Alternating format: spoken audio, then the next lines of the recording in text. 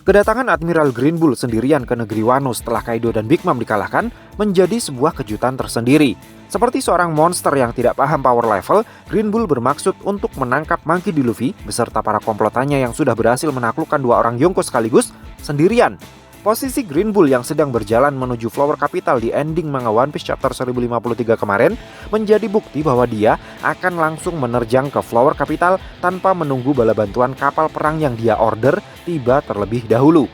Dengan posisinya yang hanya menyerang sendirian seperti ini, meskipun dia seorang admiral sekalipun, akan sangat menyebalkan jika nanti dia bisa menaklukkan kelompok topi jerami, Eustace Kid, Trafalgar Law, para kesatria Ming, hingga para samurai Wano. Kaido saja yang punya pasukan gifters, Tobiropo, All Stars hingga dapat bantuan dari Big Mom kalah di tangan mereka.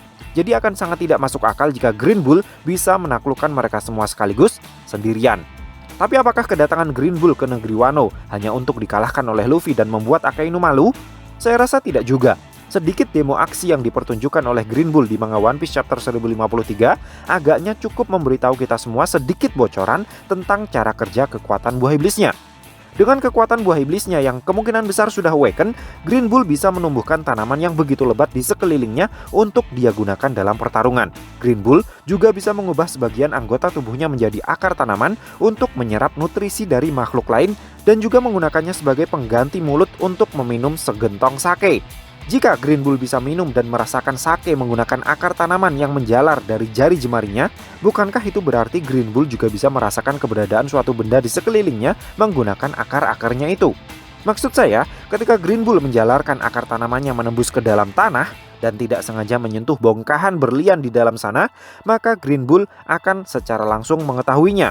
Nah, di chapter yang sama, terungkap juga informasi bahwa senjata kuno Pluton ternyata selama ini tersembunyi di suatu tempat di negeri Wano.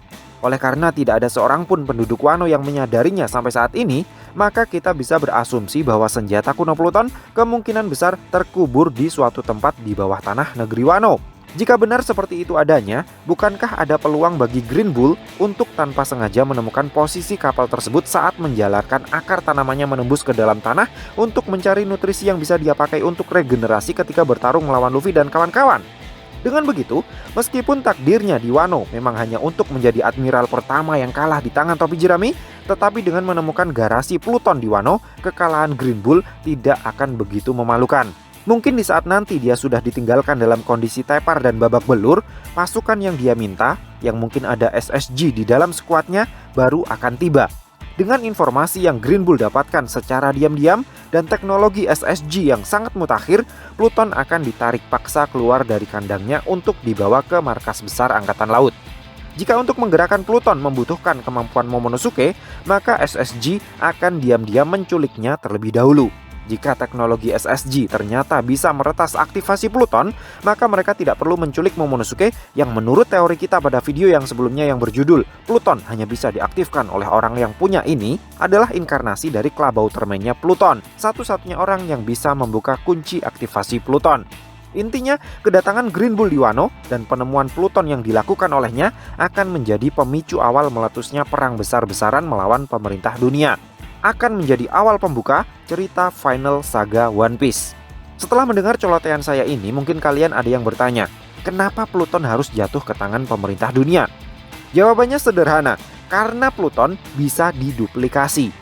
Pada manga One Piece chapter 399, Iceberg berkata, keberadaan blueprint Pluton adalah untuk membuat Pluton tandingan jika Pluton yang asli jatuh ke tangan yang salah. Karena disebut-sebut sebagai Pluton tandingan yang bisa menghentikan Pluton yang original, maka ada dua kemungkinan terkait kecanggihan teknologinya.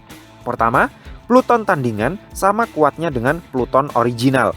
Kedua, Pluton tandingan lebih kuat dari Pluton original. Dan karena tidak mungkin membangun sebuah kapal perang secanggih Pluton hanya dalam kurun waktu 1 minggu, 2 minggu setelah Pluton yang original ditarik paksa oleh pemerintah dunia, maka kemungkinan besar sudah ada seseorang yang secara diam-diam saat ini sudah membangun Pluton tandingan di suatu tempat. Dan seseorang yang punya keterampilan dan tanggung jawab moral secara turun-temurun selama ratusan tahun untuk melakukan hal tersebut hanyalah para pengrajin kapal dari Water 7. Jika kalian pernah menonton video kita 2 tahunan yang lalu yang berjudul Siap Menuju Wano, New Pluton selesai dibangun, kalian mungkin sudah tahu siapa orang yang saya maksud. So, piye menurutmu cah? Terima kasih sudah mampir ke channel kami. Jangan lupa like, share, dan subscribe jika menurut kalian video-video kami cukup menarik untuk ditonton. Sampai ketemu lagi dalam video kami yang berikutnya, and matur nuwun.